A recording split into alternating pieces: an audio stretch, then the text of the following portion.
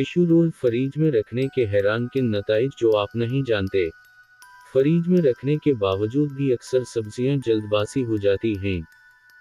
अक्सरियत tissue role को सफाई के लिए ही इस्तेमाल करती है, लेकिन टिश्यू रोल सफाई के अलावा अपने अंदर कई तरीकों से इस्तेमाल होने की खासियत समोए हुए है।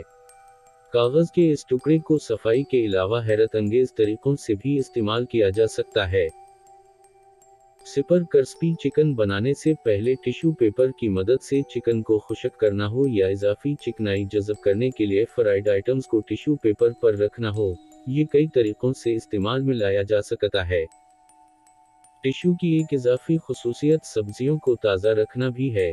फ्रिज में रखने के बावजूद भी अक्सर सब्जियां बोसीदा हो जाती हैं, लेकिन इस नए इस्तेमाल से हैरानकुन नताइज मिल सकते हैं।